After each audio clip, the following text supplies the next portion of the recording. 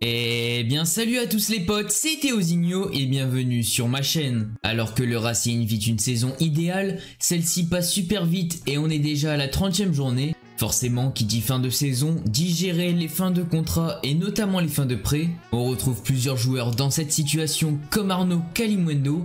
Ce dernier est au Racing depuis 6 mois après une formation entière au PSG. Derrière cette transaction se cache un prêt avec option d'achat compliqué. A-t-on des chances de l'acheter? A-t-il envie d'être sans et or l'année prochaine? Comment Paris envisage cette négociation? Voici comment gérer le cas Arnaud Kalimuendo. Avant de commencer à traiter les possibilités financières des clubs ou le point de vue du PSG, on va essayer d'éclaircir cette zone d'ombre qui règne autour de son prêt. En effet, les détails ce n'est pas ce qui nous manque et c'est ce qui rend la transaction floue. Arnaud Kalimuendo signait un prêt d'1 an avec option d'achat à Lens le 5 octobre. L'opération était assortie d'une option d'achat de plusieurs millions d'euros, évolutive en fonction des performances du joueur, ainsi que d'une priorité de rachat futur pour le club de la capitale si le RCL venait activer l'option. Voici un petit schéma pour mieux comprendre et avoir aussi un aperçu graphique.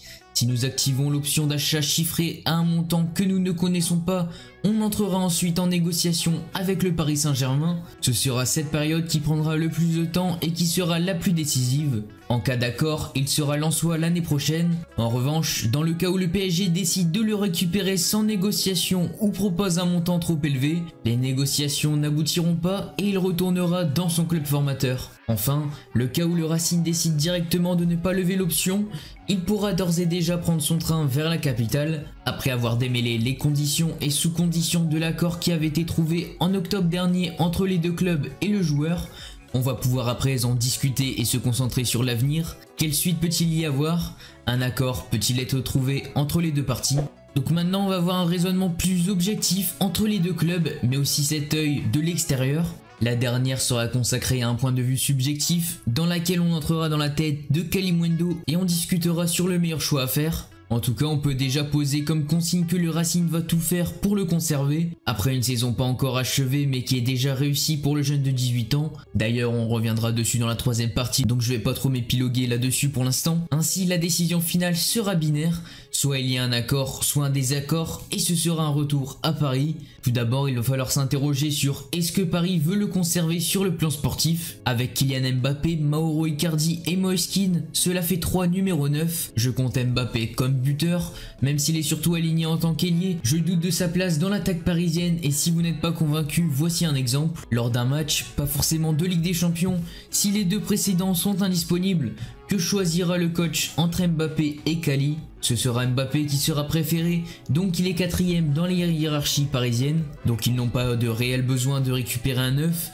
surtout quand l'on sait que cet été, le PSG va travailler sur de gros dossiers comme potentiellement Erling Haaland, Cristiano Ronaldo ou encore Lionel Messi. Niveau finance, Paris n'a aucune raison de s'en séparer, le gros max qu'il pourrait rapporter ce serait une vingtaine de millions d'euros, une somme d'argent que le club de la capitale n'a pas non plus besoin. Maintenant on sait qu'il avait prolongé son contrat avec Paris jusqu'en 2024, juste avant de partir à Lens. Une prolongation synonyme de voir l'avenir au PSG. Les dirigeants parisiens lui montrent leur confiance dans ce renouvellement. On peut donc avoir le doute sur son avenir au sein du projet parisien. On ne sait pas dans quel sens pencher.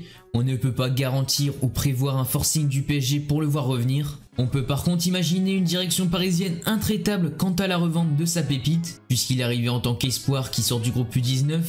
En revanche, maintenant, il est une pépite de Ligue 1 qui est déjà un très bon attaquant, alors que la clause originale devait être aux alentours des 7 millions d'euros. Bien sûr, c'est une hypothèse en fonction de son statut à l'époque, mais puisqu'elle est évolutive en fonction des performances du joueur, elle va bien monter et la barre des 10 millions risque d'être facilement franchie. Pour info, il a une valeur marchande actuelle estimée à 6 millions d'euros d'après Transfer Market. Ça me paraît peu et ce sera probablement le double qui devra être sorti pour s'attacher les services de Kalimuendo. Est-ce que le club nordiste est prêt à débourser cette somme? C'est pourquoi cette négociation va s'annoncer passionnante et riche en rebondissements. Les premières prises de contact ont déjà été établies par le bord de Lensois concernant l'avenir du joueur. On sait par exemple que les agents de Kalimuendo ont été aperçus à la Gaillette. On marque déjà notre terrain et l'on montre que nous sommes intéressés notamment auprès de Kalimuendo. Ça peut aussi se baser sur de la confiance. Et justement, ça va me servir de transition. Allons se mettre dans la tête de Kalimuendo et disons-nous quel club est le meilleur pour moi.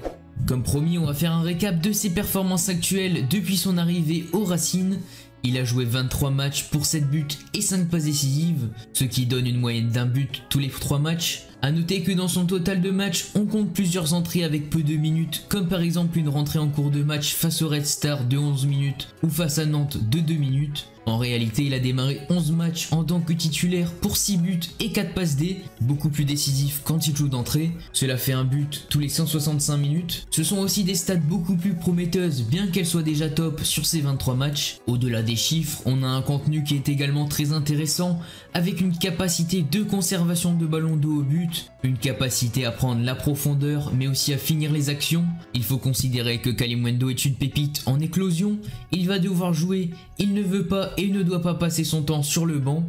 Il doit être aligné au cœur de l'attaque et devra jouer une trentaine de matchs la saison prochaine. D'un côté, il a l'opportunité de retourner au PSG, son club formateur, son club de cœur. Évoluer en pointe de l'attaque parisienne et marquer un but au Parc serait un rêve pour lui. Il est forcément marqué à l'identité parisienne et c'est ce club qui l'a fait devenir l'homme qu'il est aujourd'hui. Hormis Lens, il n'a jamais joué et vécu hors d'Île-de-France. Donc forcément le projet parisien est celui d'un rêve éveillé pour lui. Mais de l'autre côté, il est aussi barré par la concurrence.